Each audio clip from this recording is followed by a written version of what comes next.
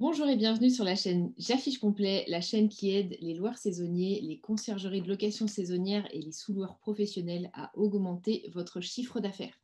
Aujourd'hui, je suis ravie de vous présenter un invité qui est parti de zéro. Donc son parcours va pouvoir vous parler. Il a eu la rigueur et le soin d'appliquer l'ensemble des formations qu'il a faites. Pas à pas, il a eu le courage de passer à l'action.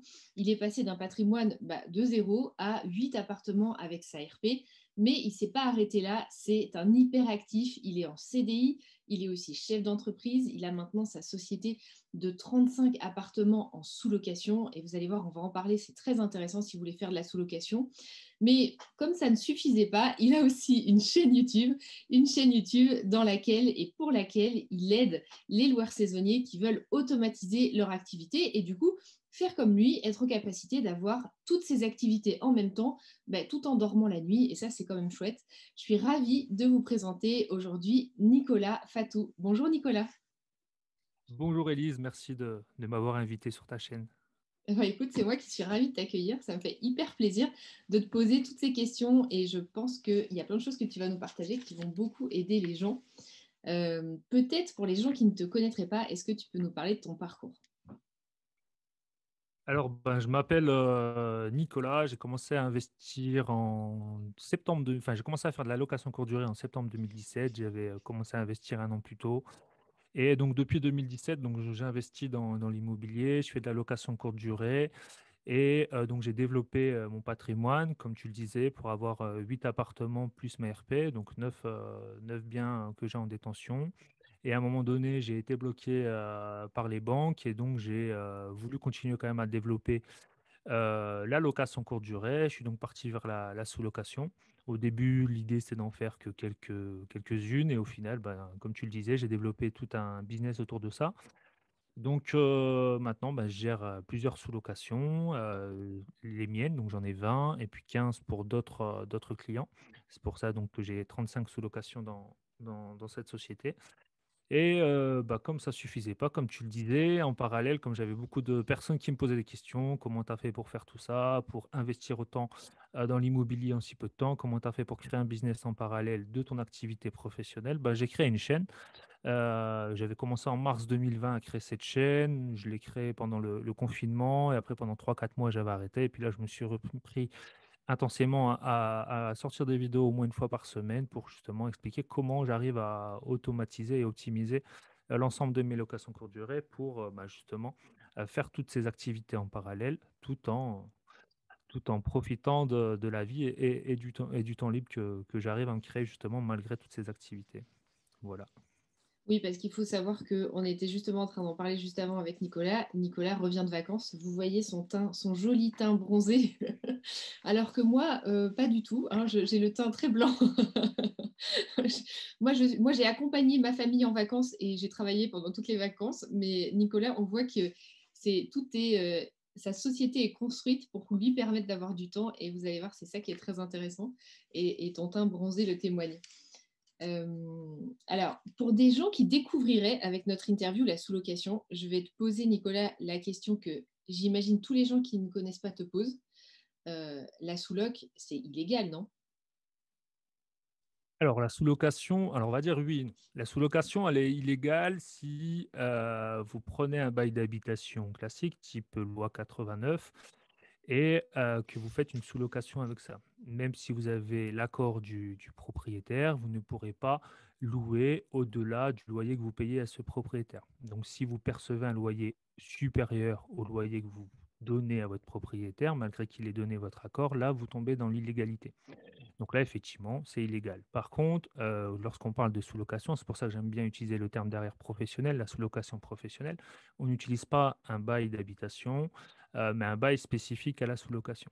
Donc quand on utilise ce bail spécifique à la sous-location, on est complètement dans la légalité. Et vous imaginez bien que c'était illégal, j'en parlerai pas devant tout le monde sur YouTube. Et il n'y aurait pas aussi d'autres personnes qui en parlent. Donc effectivement, c'est légal à partir du moment où vous utilisez le bon bail et à partir du moment où vous maîtrisez justement ce bail, parce que l'intérêt de ce bail, c'est après de pouvoir justement l'expliquer à vos propriétaires, aux propriétaires à qui, que vous allez démarcher pour faire de la sous-location. Parce que comme vous, comme tout le monde, vous allez vous dire, bah, c'est illégal. Eh ben non, justement, il faudra expliquer pourquoi c'est pas illégal lorsque vous utilisez ce bail. Donc, c'est tout un écosystème qu'il faut créer pour justement ce système devienne légal. euh, et c'est complètement légal. En fait, c'est un système qui existe depuis des décennies, qui s'est démocratisé grâce à la sous-location. Mais en fait, depuis des décennies, la sous-location existe. On parle souvent de sous-location sur la location courte durée, mais on peut sous-louer en fait tous les biens qu'on le souhaite. Ça peut être un box, ça peut être un appartement pour faire de la colocation, ça peut être un hangar, ça peut être un bien commercial. Donc la sous-location existe depuis des décennies et c'est tout à fait légal à partir du moment où on utilise les bons instruments. Du coup, toi, tu as fait de la sous-loc à partir du moment où les banques ont commencé à bloquer. Est-ce que tu penses que quelqu'un qui regarde notre vidéo là et qui est intéressé par la sous-loc mais qui n'aurait pas investi en immobilier en amont, tu penses que c'est réaliste pour lui de se lancer en sous-loc ou c'est prématuré? Réaliste. Après, c'est toujours ce qui est vraiment important, c'est de se poser la question du pourquoi. C'est-à-dire, est-ce que mon objectif, c'est de me créer vraiment un patrimoine ou est-ce que mon objectif, c'est de me créer un business? Donc, si mon objectif, c'est de me créer un patrimoine, dans ces cas-là, je dirais à cette personne, si tu as la capacité financière, dans ces cas-là, d'acheter du patrimoine et d'en faire, ben, de l'exploiter, soit en location courte durée ou d'une autre manière, ce bien. Si par contre, l'objectif, c'est, je sais pas, de quitter son emploi, de se créer un business, de créer une société à part entière, dans ces cas-là, je dirais à cette personne d'aller faire de la sous-location professionnelle sans aucun problème.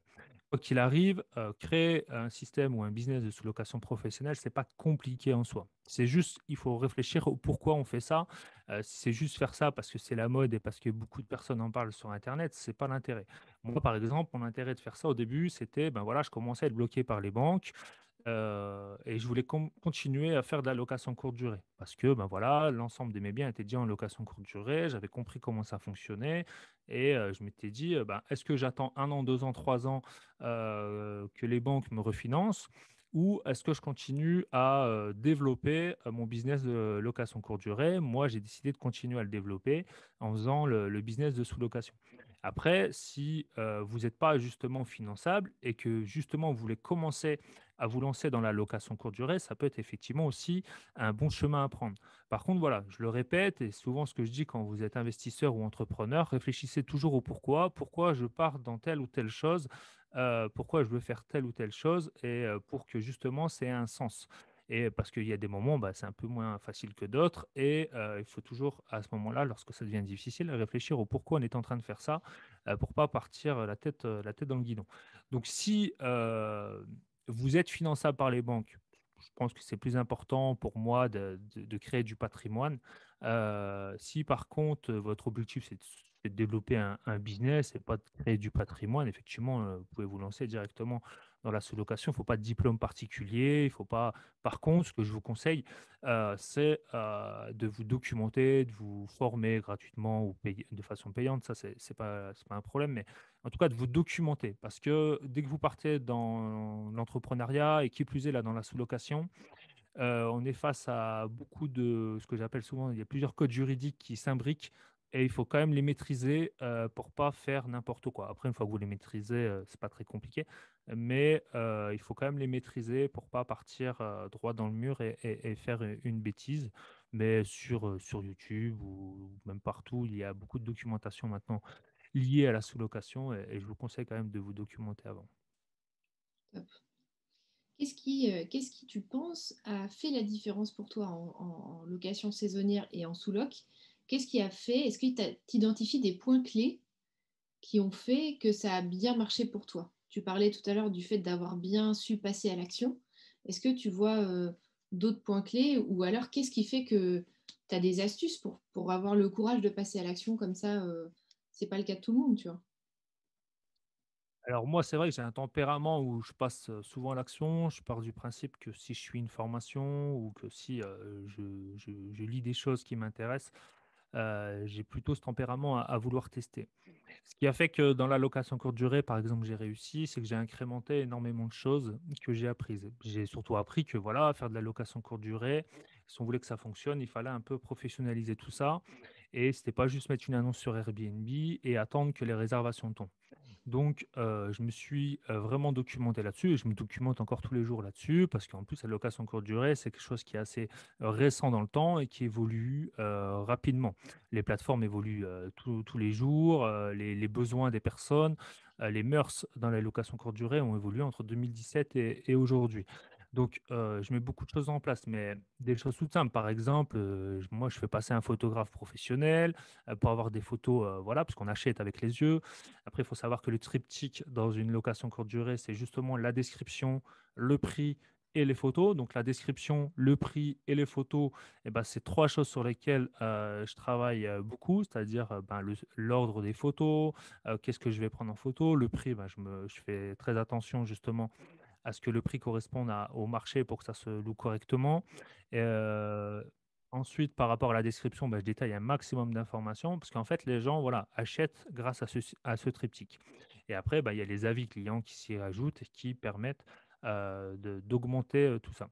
Ensuite, derrière, il faut aussi se poser la question, en fonction du marché dans lequel on est, ce qu'on vise, quel type de bien on va acheter ou sous-louer pour faire ça. Enfin voilà, il y a vraiment énormément, de choses à vérifier, à checker pour que ça marche, correctement. Une fois qu'on a checké, toute cette checklist justement, après, c'est comme un business en fait, hein, une fois qu'on a fait son étude de marché et ben, on peut se lancer. Mais c'est vrai que, après, c'est comme tout, hein, je passe à l'action donc j'ai aussi fait des erreurs, hein. Il y a des biens que j'ai achetés pour faire de la location courte durée ou que j'ai sous-loué qui finalement correspondent plus au marché. Donc, bah, j'arbitre mon patrimoine et à l'inverse d'autres qui marchent très très bien. Mais l'idée, voilà, il ne faut pas avoir peur de passer à l'action. C'est sûr, quand on va passer à l'action, on va faire des erreurs, mais ça, c'est comme tout apprentissage, hein, vous allez faire des erreurs. Par contre, il faut baliser tout ça en mesurant le risque que vous prenez sur chacune des choses. C'est vrai que là, bon, voilà, on dit j'ai 35 appartements en sous-location, j'ai 8 biens qui m'appartiennent, plus ma RP. Mais au tout début, quand j'ai commencé la location courte durée, j'avais qu'un seul bien. Je me suis exercé sur un seul bien. J'en ai fait un seul. J'ai exercé.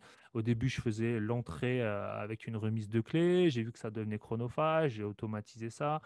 Enfin voilà, j'ai mis plein de choses au fur et à mesure en fonction bah, de mes apprentissages, en fonction de mes erreurs et aussi en fonction des mœurs et des évolutions de la location courte durée. Ce qui est vraiment important, malgré que vous ayez suivi une formation ou autre, c'est toujours de se mettre à jour et de suivre ce qui se passe parce que dans l'investissement immobilier ou dans la location courte durée au sens large, ça évolue très vite et il faut vraiment se documenter pour justement être toujours à jour et que ça se passe au mieux.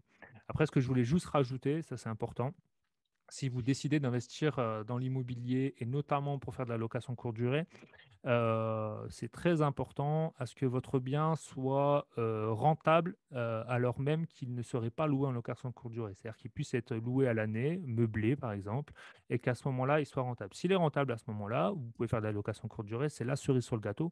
Mais surtout, prenez pas un bien, juste en disant: «Voilà, c'est rentable à 10 ou 11 en location courte durée», parce que le jour où, bah, comme il y a pu avoir en mars 2020, l'économie s'arrête et puis il n'y a plus de touristes, d'un seul coup, il faut pouvoir se retourner. Et moi, par exemple, j'ai pu me retourner convenablement en louant pendant 3 mois en meublé classique et tout était autofinancé à minima. Donc, soyez très attentifs lorsque vous investissez dans l'immobilier à avoir des garde-fous. Et ça, c'est un des garde-fous importants. Moi qui coach beaucoup de personnes, j'ai beaucoup de personnes qui, justement, ont pris des biens qui étaient seulement rentables en location courte durée, et non pas lorsqu'ils sont loués à l'année en nu ou en meublé et se sont mis dans des graves difficultés. Donc, c'est important de passer à l'action, mais attention à ne pas mettre la charrue avant les bœufs et de bien contrôler chaque étape. Mm. Top.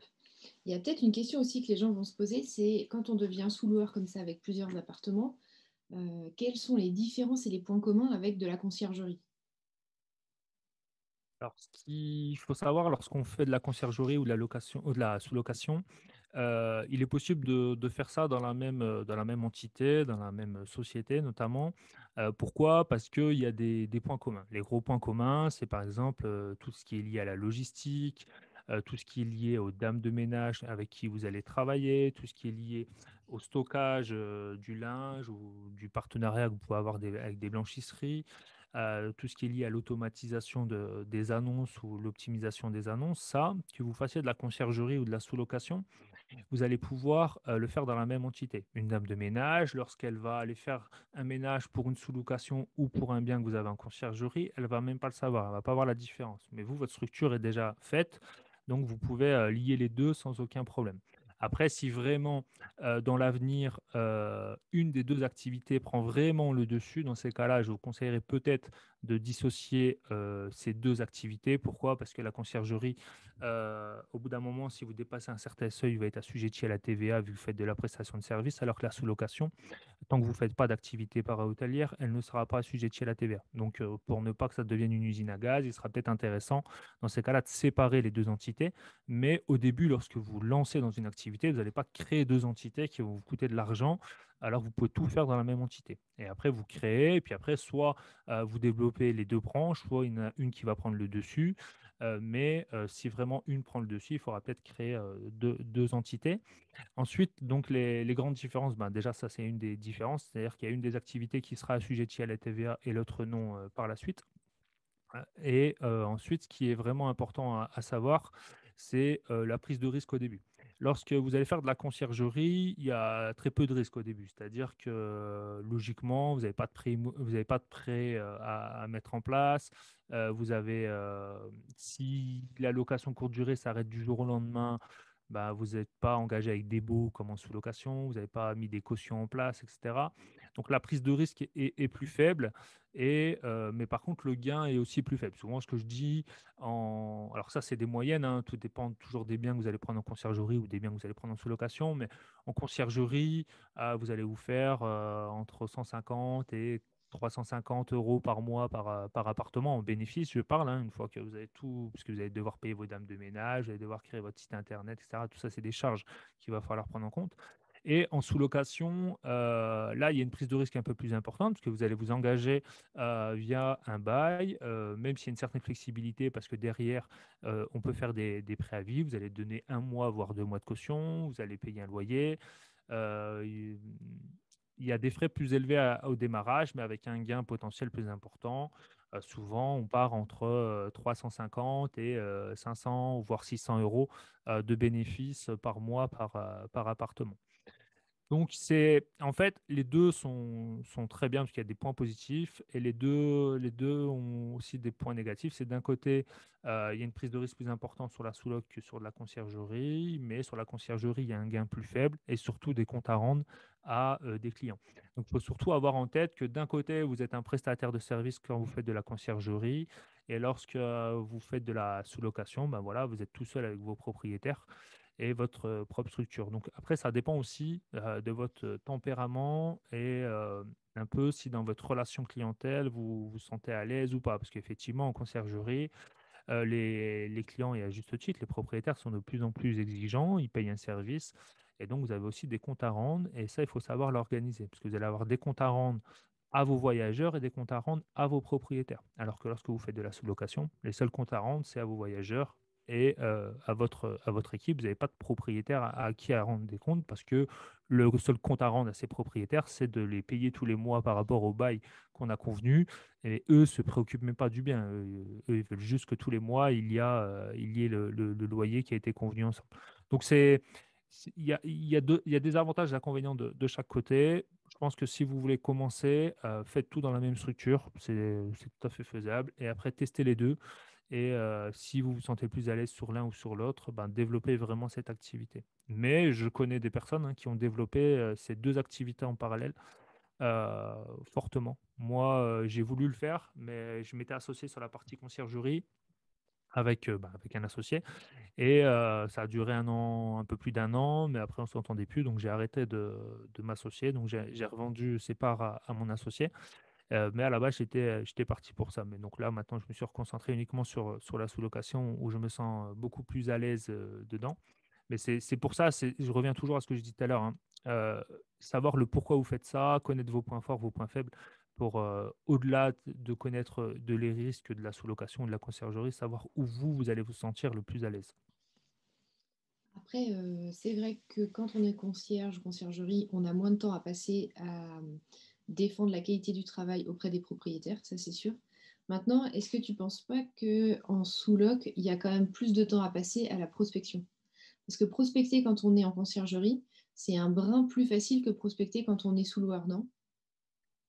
Alors, je pense que sur la prospection, soit on va passer le temps, je pense qu'il est similaire, c'est surtout réussir à convaincre les Ouais, c'est personnes. ça. C'est-à-dire que Ouais, pour convaincre effectivement des propriétaires en sous-location, c'est plus difficile que de convaincre des propriétaires qui viennent vous voir ou que vous allez prospecter pour de la conciergerie.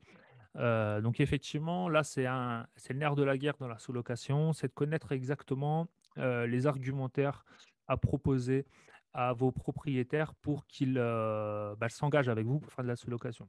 Qu'est-ce que souhaite un propriétaire? Qu'est-ce que souhaite un bailleur? Il souhaite que son bien soit correctement entretenu et qu'il ait la garantie d'être payé.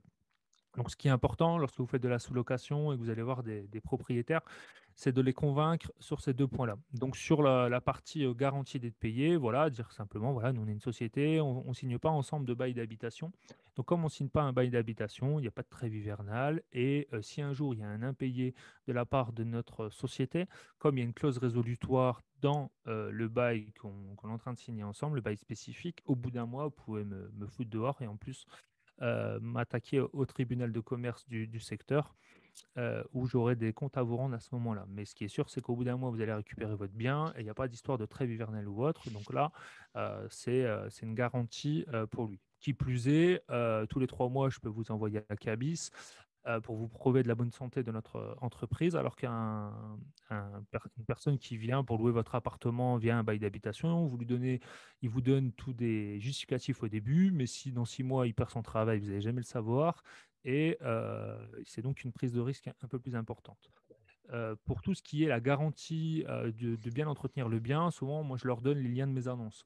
Vous allez sur Airbnb, vous allez sur Booking, en temps réel, vous allez voir les commentaires des clients. Donc, vous allez voir qu'on entretient bien votre bien. Alors que si vous faites de la location classique, vous ne pourrez pas suivre ce qui se passe dans votre habitation. Vous le verrez qu'à la fin, lorsque vous allez récupérer les clés. Donc ça, c'est important. Et qui plus est, dans le bail spécifique de sous-location, il y a une certaine flexibilité où dedans, il y a un préavis pour le bailleur et pour le loueur, enfin le preneur. Et donc, même lui, le bailleur, si à un moment donné, il considère que, je ne sais pas pourquoi, les avis ne sont pas assez bons ou il veut récupérer son bien, etc., euh, il respecte le préavis qu'on a mis dedans, sachant que le préavis peut être négociable, hein, ça peut être à partir d'un mois, ça peut être 3 mois, 4 mois, 5 mois, 6 mois. Et le propriétaire récupère son bien beaucoup plus facilement que dans un bail d'habitation. Donc, c'est beaucoup d'avantages pour lui. Ce qui est difficile, c'est oui, mais pourquoi on ne me l'a pas proposé avant? Pourquoi c'est tout nouveau? J'ai jamais entendu parler de ça, etc. C'est vrai, ça, c'est là où il faut convaincre. Alors, souvent, il faut essayer d'aller convaincre aussi des propriétaires qui sont eux-mêmes investisseurs. Souvent, des investisseurs, vous allez les convaincre plus facilement parce qu'ils vont comprendre la logique de ce que vous mettez en place. Donc moi, souvent, enfin pas souvent, mais au début, lorsque j'ai commencé, j'ai été dans des clubs affaires, des clubs business, parce que là, vous êtes avec des gens qui ont un certain pouvoir d'achat, qui ont des biens immobiliers, mais qui n'ont pas le temps de s'en occuper, mais qui ont cette fibre entrepreneuriale. Et lorsque vous leur expliquez le projet, ils comprennent assez rapidement. Alors qu'un particulier, lorsque vous allez, je dis pas que c'est pas faisable, hein, parce que je l'ai fait maintenant, mais au début, lorsque vous allez voir un particulier, lui, il va voir le fait, oui, vous allez profiter, c'est-à-dire que vous allez louer un bien, je sais pas, 700 euros par mois, et vous allez vous faire 2000 euros de chiffre d'affaires parce que vous allez louer un Airbnb. Donc, eux vont pas comprendre la logique, eux ils vont percevoir ça comme vous allez gagner de l'argent sur mon dos. Alors qu'un entrepreneur, il va comprendre ça comme j'ai quelqu'un qui peut s'occuper de mon bien, moi j'ai une garantie tous les mois de loyer, et être sûr qu'ils sont bien entretenus. Et lui, il fait son business, il gagne sa vie avec ça. Maintenant, c'est beaucoup plus facile pour moi. Maintenant, on vient me contacter. Pourquoi? Parce que maintenant, j'ai la preuve sociale. Bon, entre la chaîne YouTube, ça c'est une chose, mais surtout, je commence à me créer un réseau parce que j'ai investi dans 3 villes spécifiquement. Je me disperse pas. Et donc, c'est des gens qui viennent me contacter maintenant, des particuliers qui me contactent parce que ben voilà, du bouche à oreille et les gens comprennent tout l'intérêt qu'ils ont à passer par moi pour faire de la sous-location. Mais là, les tips que je vous ai donnés, c'est surtout lorsque vous commencez à aller chercher des investisseurs, des clubs business ou dans des clubs Airbnb, allez là-dedans. Et c'est là-dedans que vous allez pouvoir prospecter plus facilement. Parce que là, vous allez avoir des gens face à vous, en tout cas une grande partie, qui sont ouverts et qui vont comprendre ce que vous êtes en train de faire. Si au début, vous allez sur le bon coin et juste chercher des particuliers, vous allez avoir beaucoup de refus. Ah, je sais pas si tu te rends compte, mais c'est des pépites que tu nous as données là. Ouais. C'est vrai, franchement, là, tu nous as donné toute une liste d'arguments. Franchement, si vous voulez devenir sous-loueur ou vous êtes déjà sous-loueur, reprenez la vidéo en arrière, là, sur les 5-10 dernières minutes, et notez tous les arguments que Nicolas nous a donnés, parce qu'en fait, tu nous as étayé 3-4 arguments à donner aux propriétaires pour les convaincre. C'était hyper intéressant. On sent que tu as l'habitude de convaincre des propriétaires pour de la sous-loc et de leur présenter le truc. Hyper C'est sûr. intéressant. Et puis l'argumentaire, c'est fait au fur et à mesure. Après, il faut pas se leurrer. C'est comme tout business, comme toute prospection, dans n'importe quel business, au début, c'est beaucoup plus dur que bah, par la suite. Donc au début, il faut pas se décourager lorsque vous allez avoir des refus, malgré que vous utilisiez par exemple l'argumentaire que je viens de donner. C'est normal, ça fait partie de tout business. Même si vous faisiez un autre business, vous seriez épicier, vendeur de voitures, etc. Au début, les gens sont réticents parce que vous n'avez pas de preuves sociales, etc. Et au fur et à mesure, le plus dur, c'est de convaincre les premiers clients, les premiers propriétaires. Une fois que euh, vous avez réussi à les convaincre, euh, après, c'est beaucoup plus facile. Et comme je le disais, je te le partageais en off, mais moi, j'ai un propriétaire qui m'a appelé il y a 6-7 mois maintenant, qui m'a dit, moi, voilà, j'ai un terrain, je vais construire des maisonnettes dessus. Si vous voulez, on travaille ensemble. Vous me dites tout ce qu'il faut faire pour faire de la sous-location. Et moi, les 4 maisonnettes, c'est pour vous. Pourtant, c'est un particulier. C'est juste qu'il a entendu parler de moi. Il s'est dit, avec lui, je suis garanti, je ne veux pas trouver 4 locataires, j'en ai qu'un seul. Je suis sûr d'être payé tous les mois. Et en plus, il va entretenir mes biens. Donc, mais ça, voilà, moi, j'ai commencé en décembre 2019 la partie sous-location. Donc bah, voilà, ça se fait au fur et à mesure, toute la partie preuve sociale. Mais voilà, pour vous dire que par la suite, si vous faites les choses sérieusement, la partie prospection va prendre beaucoup moins de temps. Moi, je prospecte même plus hein, sur les parties sous-loc, c'est les gens qui me contactent. Et c'est même moi qui devient difficile, où j'arbitre mon patrimoine en sous-location, où il y a même un bien, là par exemple au mois de décembre 2021, que je vais arrêter parce qu'il n'est pas assez rentable à mon goût. Et donc, j'arbitre mon patrimoine enfin, en tout cas, pas mon patrimoine, mais la partie sous-location de cette manière-là. Et voilà, tout ça pour vous dire qu'au début, c'est comme tout, il faudra ramer un peu. Et après, si vous faites bien les choses, ça va se passer correctement. Oui, et c'est vrai que cette posture-là, au-delà d'avoir une société qui fonctionne, à un moment donné, quand tu peux commencer à faire des choix, comme tu disais, c'est aussi des choix qui prennent le soin d'augmenter encore la rentabilité de l'entreprise, parce que c'est vrai que tu en avais parlé sur les réseaux sociaux, on travaille pour tes appartements, Nicolas, et le fait que à un moment donné, tu puisses dire bah, ça oui, ça non, et que un client qui, par exemple, vient te voir en disant je vais faire tout ce que vous voulez, bah, par exemple, ce client-là, j'ai failli dire le type de bien. C'est des appartements sur lesquels, même d'un point de vue tarification, après, le gars, il a mis en place tout ce que tu lui as demandé. C'est l'idéal. Donc après, d'un point de vue tarification, c'est plus facile d'aller faire des choses qui sont ultra rentables pour toi, quoi. Donc, alors ça, c'est peut-être une seconde étape pour les gens qui se lancent. Mais il faut savoir qu'à un moment donné, on peut arriver là, ouais. Et tu as raison d'en parler. Je sais que tu es coach, tu en as parlé un peu. Tu coaches des loueurs saisonniers qui veulent apprendre à automatiser comme toi. Est-ce que tu as vu des erreurs que tu peux partager aux gens pour leur permettre d'éviter de faire ça? Est-ce que tu vois je sais pas, des choses qu'il faut éviter? Alors effectivement, j'aide beaucoup de personnes à automatiser ou à optimiser leur location courte durée. Et c'est vrai qu'au quotidien, je vois bah, des personnes qui font des erreurs et des erreurs que j'ai faites. Hein. Donc, il y a pas je ne pointe pas du doigt, hein, mais des erreurs. Par exemple, des gens, voilà, comme je disais tout à l'heure, qui vont dire, bah, moi j'ai un bel appareil photo, donc je vais prendre les photos moi-même, parce que j'ai un iPhone 10 ou un iPhone 12, je vais prendre des belles photos. Ok, tu as un bel appareil photo. Par contre, tu n'es pas photographe. Donc, ce qui fait que les photos que tu mets en place sur Airbnb ou sur Booking, ne mettent pas en avant comme il le faut ton bien. C'est pas assez lumineux, tu prends des photos format portrait alors qu'il faut prendre que des photos au format paysage. Airbnb Booking te laisse la possibilité d'avoir au format paysage, tu mets au format portrait. Et c'est tout ça. En plus, les photos, tout ce que tu mets dessus, il y a plein de choses où il faut essayer d'épurer les photos. C'est-à-dire qu'il faut tout ce qui est poubelle, sachet poubelle, etc. Ça, il faut l'enlever lorsque vous faites les photos pour le marketing et donc pour mettre sur vos annonces. Et à l'inverse, faire vivre ces photos en mettant par exemple en place un petit déjeuner sur la table, en mettant en place une bouteille de vin sur la table, etc. pour donner de l'émotion et donner envie. Pourquoi? Parce qu'on achète avec les yeux. C'est comme lorsque vous allez sur Amazon ou autre, lorsque vous achetez un produit, vous achetez avec les yeux. Donc si les photos, elles sont déjà pas de qualité, vous vous dites inconsciemment, même si c'est pas vrai, le produit sera pas de qualité. Bah, les gens pensent la même chose lorsqu'ils vont sur Airbnb. Si les photos sont pas de qualité, on pensait que le produit n'est pas de qualité. Alors que c'est peut-être faux. Mais ça, c'est la première chose à mettre en place. Deuxièmement, j'ai des gens, pareil sur Airbnb qui vont pas ou même sur Booking, qui vont pas remplir l'ensemble de leur annonce. C'est-à-dire que sur Airbnb, il y a énormément, de choses il y a des choses obligatoires et des choses facultatives à remplir. Si vous faites que les choses obligatoires, déjà l'algorithme d'Airbnb va considérer que l'annonce n'est pas complète, elle ne sera pas, mise en avant comme elle pourrait l'être. Donc déjà, il faut remplir l'ensemble des éléments. Pareil sur Booking, il y a des pastilles rouges quand vous remplissez pas correctement vos annonces. Pareil, il faut tout remplir. Au plus vous donnez d'éléments à l'algorithme de Booking et d'Airbnb, alors il n'y a pas que ça, mais c'est un des facteurs qui permet aussi de mettre en avant votre annonce. Et pareil, les voyageurs, ça leur permet d'avoir le maximum d'informations. Ce serait dommage parce qu'on a oublié de mettre qu'il y a un lave-vaisselle ou une machine à laver dans l'appartement et que cette personne-là a mis ça dans ses filtres, et bien que votre annonce n'apparaisse pas. Donc souvent, moi je le vois quand je fais les coachings, souvent ils me disent oui, j'arrive pas à bien louer sur Airbnb Booking. Première chose que je leur dis, c'est on va voir ton annonce ensemble.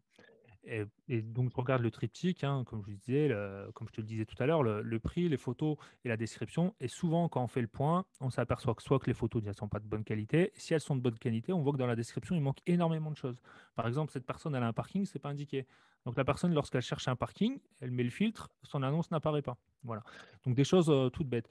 Pareil, on voit aussi des gens qui perdent du chiffre d'affaires parce que ils veulent casser les prix en disant moi, je veux que ça soit mon taux de remplissage soit élevé. Mais lorsque dans la location courte durée, il ne faut pas avoir la même logique qu'en location classique. Le but, c'est pas de louer le plus rapidement possible. C'est-à-dire que si là, actuellement, vous avez 3 mois d'avance ou 2 mois d'avance sur votre calendrier et que vous me dites que votre calendrier est plein, il y a un problème sur vos tarifs. C'est pas normal que votre bien soit plein à 3 mois d'avance.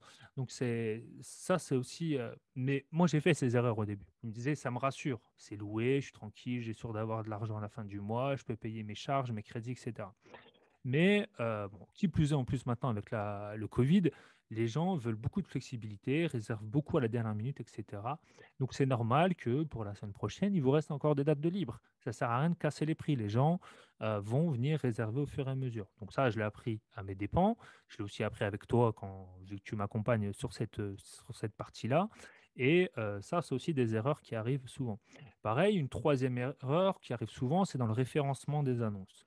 Euh, Vous allez sur Airbnb, vous allez sur Booking, vous allez sur Google My Business, vous allez sur Expedia. Les gens ont le même appart, mais mettent 4 noms différents. Ce qui fait que l'algorithme Google, lui, comprend pas que c'est le même appartement. Ce qui fait qu'il faut savoir que les gens, ouais, vous le faites tous, lorsque vous cherchez des vacances, vous prenez le titre de l'hôtel ou le titre de l'appart, vous allez dans Google, vous faites un copier-coller et vous regardez les autres avis. Et si vous ne pouvez pas trouver moins cher à droite ou à gauche.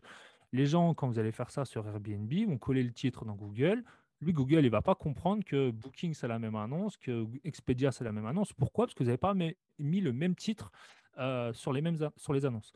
Et vous allez voir un hôtel, l'hôtel Mercure du coin, il s'appelle de la même manière sur Expedia ou sur Booking. Il n'a pas deux noms différents. C'est pas hôtel avec vue mer d'un côté et de l'autre côté, hôtel Mercure 4 étoiles.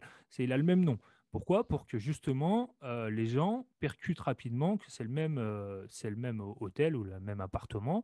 Et pareil, que Google comprenne dans l'algorithme qu'il y a des mots-clés qui se répètent de façon récurrente sur des pages différentes et que c'est donc des mots-clés importants. Et donc c'est comme ça qu'aussi que les choses ressortent. Donc moi, ce que je conseille souvent, enfin surtout aux gens, c'est de mettre le même nom sur Airbnb, Booking, Expedia, enfin toutes les annonces où vous mettez votre annonce toutes les plateformes où vous mettez votre annonce, vous mettez bien le même nom pour que ça améliore le référencement et que les gens comprennent qu'on est sur le même appartement.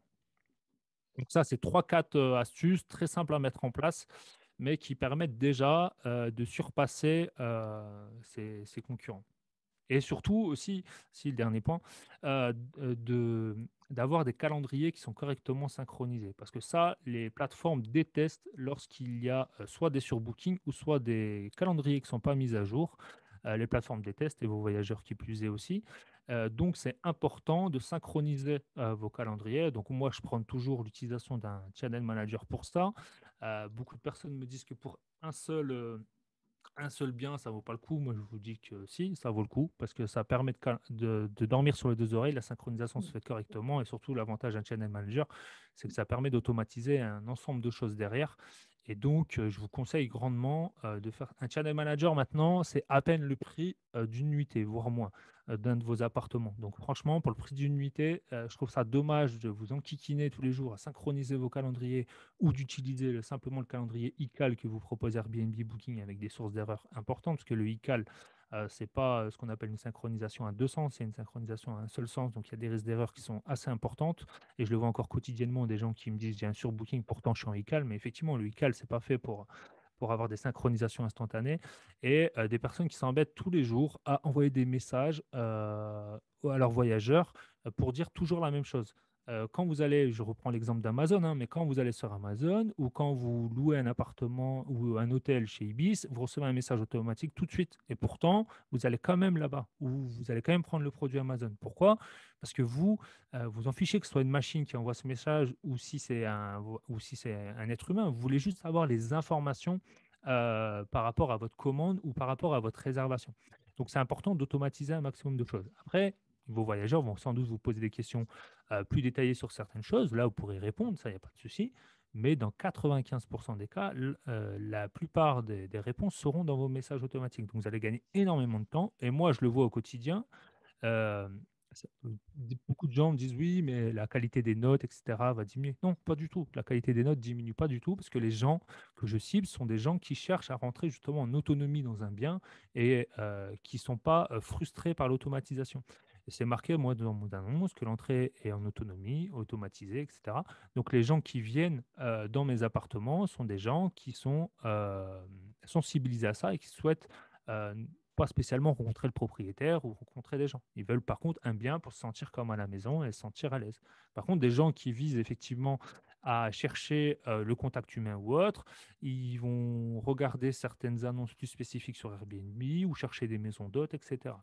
Je vous aurais pas dit ça en 2017 au début de mon aventure location courte durée, mais maintenant l'automatisation, l'entrée automatisée, les messages automatiques, etc., c'est rentré dans les mœurs et les gens justement pour beaucoup cherchent ça lorsqu'ils vont sur Airbnb. Voilà, c'est vraiment des clients que vous devez cibler. Oui, tout à fait. J'ai entendu aussi, comme toi, des préjugés sur le fait d'automatiser notamment les arrivées. Et il y a aussi un point important que les gens oublient, les gens qui n'ont pas encore testé l'automatisation, le check-in autonome, en fait, peuvent se dire, ouais, mais quelle clientèle? Tu vois, ça va être quel type de clientèle qui va être intéressée par ça? Bah, au final, on oublie que la clientèle affaires, qui est une excellente clientèle, qu'on a vraiment envie de capter, bah, elle adore ça, justement, les arrivées autonomes, parce que le gars qui est commercial, il n'a pas envie de se casser la tête à retrouver quelqu'un, il ne sait pas à quelle heure il va arriver, il ne sait pas quand est-ce que son rendez-vous client va se terminer, ou la personne en formation, pareil. Et c'est des gens qui adorent l'arrivée autonome, et c'est pas forcément une clientèle particulièrement négative, quoi. C'est des gens qu'on a envie d'avoir dans nos appartes. Donc, ouais. Ah oui, non, mais c'est sûr. Si vous voulez cibler, enfin, pour les personnes qui ont peur d'avoir une certaine clientèle chez eux, c'est surtout sur le tarif qu'il faut jouer et, non pas, et justement ne pas brader les tarifs. Parce que lorsque vous bradez les tarifs, c'est là où effectivement vous pouvez avoir une clientèle qui vous met en difficulté et qui ne correspondent pas à vos attentes. Par contre, l'entrée automatisée, c'est pas là-dessus que vous allez filtrer ou non la clientèle. Et qui plus est, effectivement, l'entrée automatisée est de plus en plus recherchée par des personnes, même des touristes, hein. Moi, je le vois à Dijon, j'ai beaucoup de Néerlandais, par exemple, qui coupent la route en deux pour descendre dans le sud de la France. Ils savent pas à quelle heure ils vont arriver à Dijon. Ils me le disent tout de suite. Ils me disent, je ne sais pas, avec la route sur les bouchons, je vais peut-être arriver à 17 heures comme à 22 heures. Comment ça se passe l'entrée? Donc, je leur dis que l'entrée est automatisée et ça les rassure. Parce qu'ils disent, je ne vais pas être bloqué devant la porte, j'ai le code, je peux rentrer tranquillement avec ma petite famille et je n'ai pas à vous attendre pour la remise des clés. Donc c'est pour ça que je dis que c'est rentré dans les mœurs. Beaucoup de gens sont intéressés par ça. Beaucoup de gens sont de plus en plus mobiles et ont besoin d'une certaine flexibilité pour rentrer dans les appartements ou dans les biens. Et voilà. Par contre, les gens qui recherchent vraiment le contact humain, vous inquiétez pas, ils vont chercher dans les lieux où ils auront ce contact humain, comme je vous disais tout à l'heure, les maisons d'hôtes ou dormir chez l'habitant, où là, effectivement, ils seront en contact avec les gens, mais ils le savent très bien. Ouais, c'est ça. Bon, je pense que là, tu nous as fait un bel état des lieux de ton expertise que tu as développée pendant toutes ces années. C'était hyper intéressant, tant sur la création de la société, la sous-location, même tes biens en location saisonnière, etc. Maintenant, la question qu'on se pose tous, je pense, je parle au nom des gens qui nous regardent, mais Nicolas, comment fais-tu pour faire ça, avoir fait tout ça pendant toutes ces années, en plus de ton CDI, sachant que, bon, les gens ne le savent peut-être pas, mais moi je le sais parce qu'on se connaît un peu, je veux dire, t'es pas un geek seul dans son appartement derrière son ordi, c'est-à-dire que tu as une femme, tu as des potes, tu étais en vacances avec un ami la semaine dernière, tu vois, donc voilà, tu as une vie tout à fait normale et épanouie, une vie sociale, du coup une vie professionnelle et une vie de chef d'entreprise. Comment tu fais? Est-ce qu'il y a des clés qui ont fait que tu penses que ça a marché pour toi? Alors, une des clés, je reviens à ce que je disais initialement dans la vidéo, c'est je me rappelle toujours du pourquoi j'ai commencé aux premiers abords à investir dans l'immobilier et après à devenir entrepreneur, c'est-à-dire de me dégager du temps et d'avoir une certaine liberté. Donc moi, effectivement, tout ce que je crée autour de mon activité professionnelle principale, donc comme là mon investissement ou mon entrepreneuriat, derrière, je crée une structure qui peut tourner tout seul, qui doit tourner tout seul. Donc c'est pour ça que je le dis souvent, moi, dans ma structure, dans ma société, j'ai trois piliers. La première, c'est bah, automatiser tout ce que je peux automatiser. Tout ce que je ne peux pas automatiser, je le délègue pour que justement, c'est pas à moi de travailler dans le business, mais je travaille au-dessus du business, je puisse le piloter. Et troisièmement, je standardise un maximum de choses dans bah là, en l'occurrence, dans mes locations courte durée. Alors, standardisation, ça ne veut pas dire que tout se ressemble, mais ça veut dire des choses toutes simples. Par exemple, toute ma vaisselle, c'est Ikea. Toutes mes machines à café, c'est Senseo. Pourquoi? Parce que si j'ai un problème, une vaisselle qui casse, etc., mon équipe ou moi-même, on ne va pas courir à droite, à gauche pour retrouver exactement la même vaisselle. On va chez Ikea, on sait qu'on va se retrouver, notre fournisseur va pouvoir nous donner tout ce qu'il faut. J'ai un problème avec une machine à café, je sais exactement où je l'ai acheté, je vais récupérer les pièces détachées là ou je rachète une Senseo directement. Et je ne vais pas m'embêter, pareil, lorsque je vais faire le réassort, c'est racheter des dosettes de café en me disant bah là c'est du Nespresso, là c'est Dolce Gusto, là c'est autre chose et galérer lorsqu'on va faire les courses. Donc tout ça fait qu'au fur et à mesure, on gagne énormément de temps et d'énergie. Alors effectivement, la délégation, souvent on me dit oui, mais ça fait perdre en marge et en rentabilité. C'est vrai, ça, on va pas se leurrer. Si je fais tout moi-même, je gagne en rentabilité et en marge. Par contre, j'ai plus de vie et effectivement, je deviens un geek. Et toute la journée, je passe des heures derrière sur mon ordi ou soit sur le terrain à gérer les choses. Le problème, c'est que dans ces cas-là, ça correspondrait plus à mon pourquoi. Mon pourquoi, c'est de créer une activité à côté qui va me permettre de me libérer du temps par la suite. Pourquoi? Parce que mon objectif, c'est un jour de quitter mon activité professionnelle que j'ai actuellement.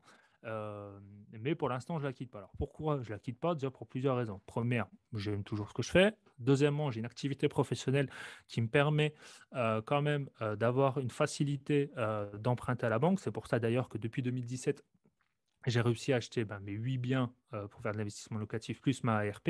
Donc ça, bah voilà, c'est un sacré avantage. Donc je le garde parce qu'il ne faut pas l'oublier, même si beaucoup de personnes vont vous vendre du rêve sur Internet ou sur YouTube.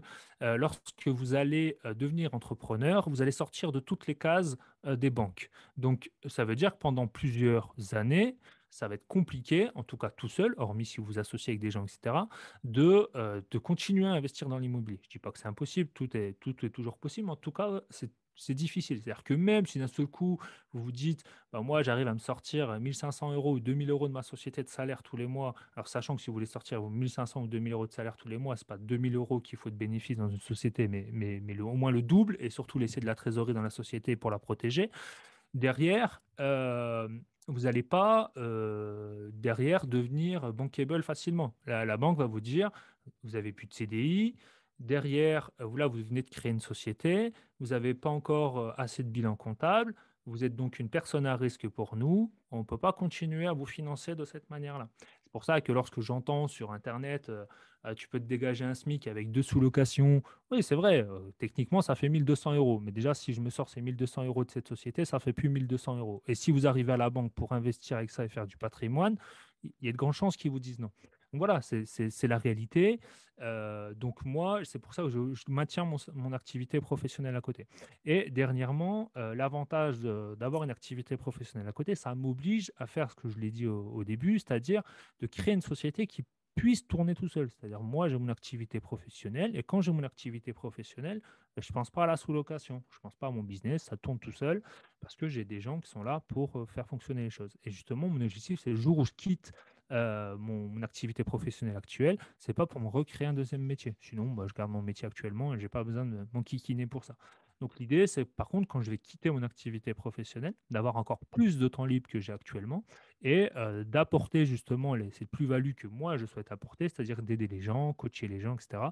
Ça, c'est vraiment la plus-value que je souhaite apporter parce que ça correspond à ma personnalité, ça correspond à mon pourquoi. Donc c'est vrai que si je reviens à ce que je disais tout à l'heure, réfléchissez toujours à pourquoi vous voulez faire ça. Après, il y a des gens, peut-être qu'ils ont une activité professionnelle très très difficile, qui veulent la quitter parce qu'ils sont dans le burn-out, ils sont en difficulté, etc. Et peut-être qu'ils vont avoir complètement un état d'esprit différent. Ils vont dire non, moi je veux rien déléguer, mais je veux au maximum tout faire tout seul parce que je sais que dans tous les cas, ça sera toujours mieux que ce que je vis actuellement. Et pourquoi pas? C'est pas, il n'y a pas mieux ou moins bien. C'est juste réfléchir toujours à pourquoi vous faites ça pour justement. Pour ceux qui ne veulent pas se créer une deuxième activité, vous créez une deuxième activité et devenir esclave de la location courte durée, et ça serait une grave erreur. Ou à l'inverse, ceux qui veulent vraiment quitter leur activité professionnelle actuellement parce que ça devient très très difficile pour eux pour X raisons, bah, dans ces cas-là, de développer ça, peut-être en déléguant un peu moins, mais par contre, il va falloir quand même automatiser et standardiser beaucoup de choses. Et c'est pour ça que lorsque je fais les coachings, c'est les premières choses que je demande, c'est voilà, demander à la personne de se présenter et d'expliquer le pourquoi, du comment elle veut mettre les choses en place.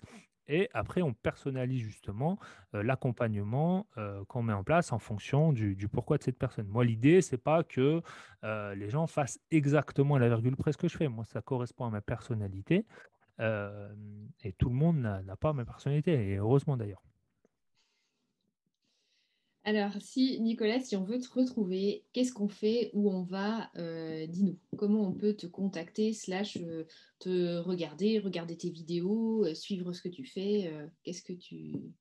Alors, pour suivre mes contenus, vous allez soit sur Instagram, soit sur YouTube, soit sur mon site internet, c'est automaticbnb.fr. Et donc là, vous allez avoir tous les trucs et astuces pour optimiser et automatiser votre location courte durée. Et si vous voulez me contacter personnellement, c'est sur contact@automaticbnb.fr. Donc, comme je le dis régulièrement, c'est moi qui réponds personnellement. Donc, peut-être vous allez m'envoyer un message aujourd'hui, je vais vous répondre que dans 10 jours parce qu'il n'y a personne d'autre qui répond à ma place. Et vu que je reçois beaucoup de mails et j'essaye d'apporter une réponse étayée à vos mails, ça peut prendre un certain temps, mais dans tous les cas, vous aurez une réponse. Donc, si vous voulez me contacter personnellement, c'est contact@automaticbnb.fr. Et si vous voulez suivre du contenu, bah, c'est sur YouTube, Instagram, page Facebook d'ailleurs aussi et mon site internet qui s'appelle tousautomaticbnb.fr. Et si on a un propriétaire qui nous regarde et qui se dit, je confierais bien mon appart à Nicolas pour qu'il en fasse de la sous-loc, est-ce qu'il peut te contacter? Alors, il peut me contacter. Moi, comme je disais par contre au début, je le fais dans 3 villes bien précises, enfin, dans 3 secteurs bien précis. Donc, si cette personne est dans le secteur bien précis dans lequel je suis, ce sera avec grand plaisir. Si je ne suis pas dans le secteur dans lequel je suis, je pourrais toujours le mettre en relation s'il le souhaite, hein, avec d'autres personnes que je connais et qui pourraient correspondre un peu plus à son secteur. Mon objectif, c'est pas de partir dans tous les sens, justement, pour garder cette flexibilité et puis ce temps libre que j'ai. Parce que bah, pour avoir ce temps libre, comme je vous disais, j'ai une équipe derrière et mon équipe est sur des secteurs bien précis. Et moi, l'idée aussi, c'est de faire du travail de qualité. Donc, je ne vais pas dire oui à un propriétaire juste pour lui faire plaisir. Par contre, avec grand plaisir, je l'accompagnerai, je l'aiderai à trouver soit un autre sous-loueur ou à l'inverse, si c'est dans mon secteur. Je viendrai visiter le bien avec grand plaisir, je le rencontrerai avec grand plaisir. Et si on peut faire affaire, ce sera également avec grand plaisir. Génial, super. Écoute, je mettrai tous les liens dont tu as parlé, donc le lien de ta chaîne YouTube, je mettrai ton email juste en dessous en barre d'infos. Comme ça, vous n'aurez plus qu'à cliquer si vous souhaitez vous abonner à la chaîne de Nicolas, qui est super intéressante, donc n'hésitez pas à aller voir ou lui écrire directement. Merci beaucoup, Nicolas, pour tout ce que tu nous as partagé. C'était hyper intéressant. Et ben encore merci à toi pour ton invitation. Et puis, comme je le dis à tous, il faut juste passer à l'action maintenant. Top. Super, c'est un bon mot de la fin. Si jamais, côté j'affiche complet, vous n'êtes pas encore dans notre groupe Facebook qui s'appelle Location saisonnière, prix et maximisation du chiffre d'affaires, je vous mettrai aussi le lien juste en dessous. Nicolas, il est aussi avec nous dans ce groupe-là, donc n'hésitez pas à nous retrouver. Et du coup, moi je dis déjà encore merci à Nicolas d'avoir été avec nous aujourd'hui et je vous dis à bientôt pour la prochaine vidéo.